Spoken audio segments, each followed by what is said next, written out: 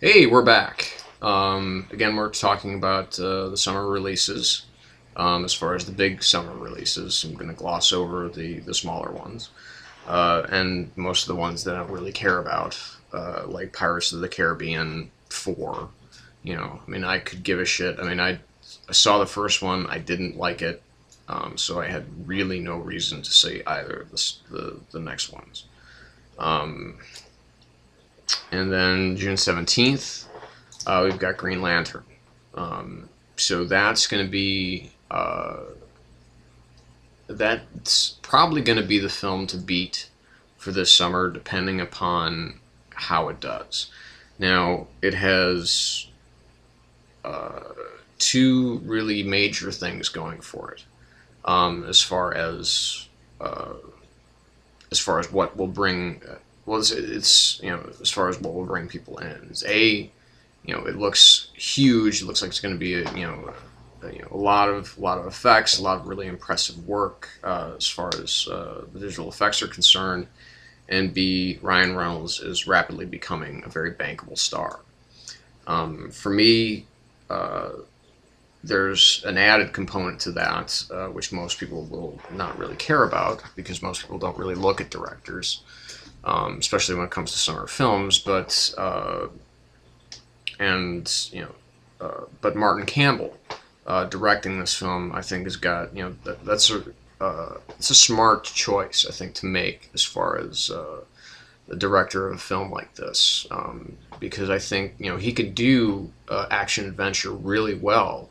If you remember back to The Mask of Zorro, that's a really supremely entertaining film, and just really really good filmmaking. And of course, the two Bond films that he's done, GoldenEye, which is the only Pierce Brosnan Bond film that I like, and I love it. And Casino Royale, of course, which is the best Bond film of the last couple decades at least. Um, since the '80s, I would definitely say. Um, so, but he's every once in a while he'll do like Vertical Limit, and he'll do The Legend of Zorro, which honestly I haven't even seen, so I can't really say that much about it. So but I think Peter Sarsgaard, an interesting choice for a villain, um, and Mark Strong is Sinestro. That I think he's going to be Sinestro, but not he's going to be the Green Lantern Sinestro, not the yellow Sinestro Corps guy, and not in this film anyway. That'll probably be the next one, because it looks like that Peter Sarsgaard. Uh, uh, I always want to beat myself up because I always forget his character's name, um, but just I just know him as the big head guy. um, but Blake Lively, who knows? Might be good, might not be so good. Um, but we'll see, and we hope so. Um, and then we've got coming after that, and this is something, of course, that I have to mention, being the supporter of the studio.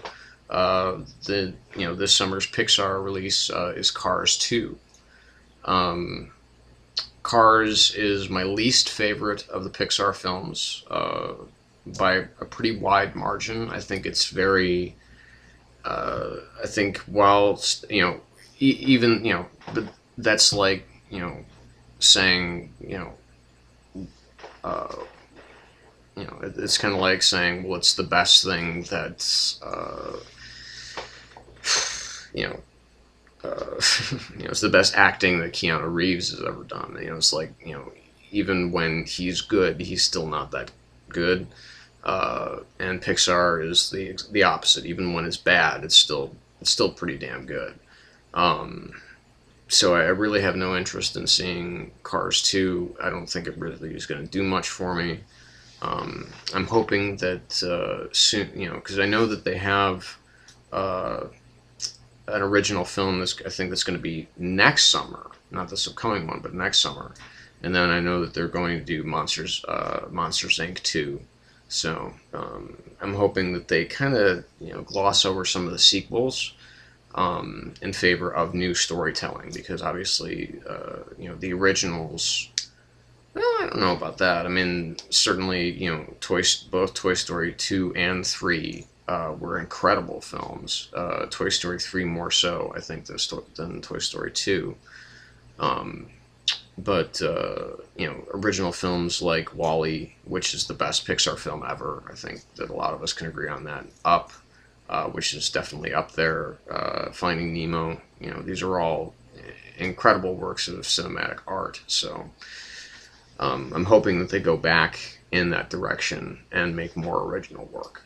And then so July, kind of starts the rollout of, that's kind of like the big month now, because you've got at least, we've got four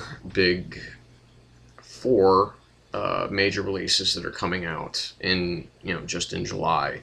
You've got Transformers: Dark of the Moon, which the trailer for, the teaser for that looks really good. It's a really interesting teaser. I mean, just the fact that how they set it up. If you haven't seen the teaser, definitely take a look at it. The fact that they kind of set up the moon landing as obviously it's a big deal, but it's actually kind of a almost kind of a shadow op for them to explore what is this other thing that apparently has landed on the moon. So that in and of itself, that was a really impressive teaser. I was very pleased with that. The commercial that we saw today, obviously you see more of the actual action and what's going on Earth. So that looked pretty impressive. But Michael Bay's movies, they never look bad. I mean, they never look bad. They always look cool. So whether or not it will measure up to any kind of, to the kind of sense of wonder I think that the first film had, and the sense of humor that it had, that wasn't too childish most of the time. But I think the second one, which I have not seen, because everybody says it's just awful, and even Michael Bay himself, I think, has said that it's a terrible film, and he's not embarrassed that he made it, but just he is aware that it was problematic. So this is really going to be kind of the test of whether or not this is still a kind of a viable franchise. Then so that's the 11th. Then the 15th. We have the second part of Harry Potter and the Deathly Hallows. Again, I'll probably wait to see that because I felt that the last film was too dark, and just there's a lot of character, a lot of exposition, and very little actually going on. It seemed like it's like, okay, we're running, we're hiding, and we're going to be quiet for a really long time, which is nice, but I mean, it's just not what we want to see when we see a Harry Potter film. How faithful it is to the book, I don't really care. Just face it, I don't really care. And then, of course, on the 22nd of July, we have Captain America,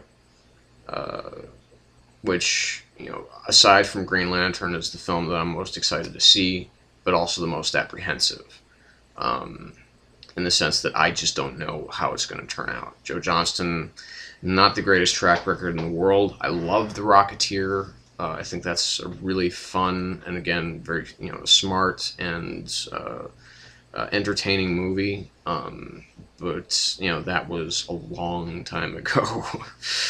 That was over 20 years ago. So I think that is just about 20 years.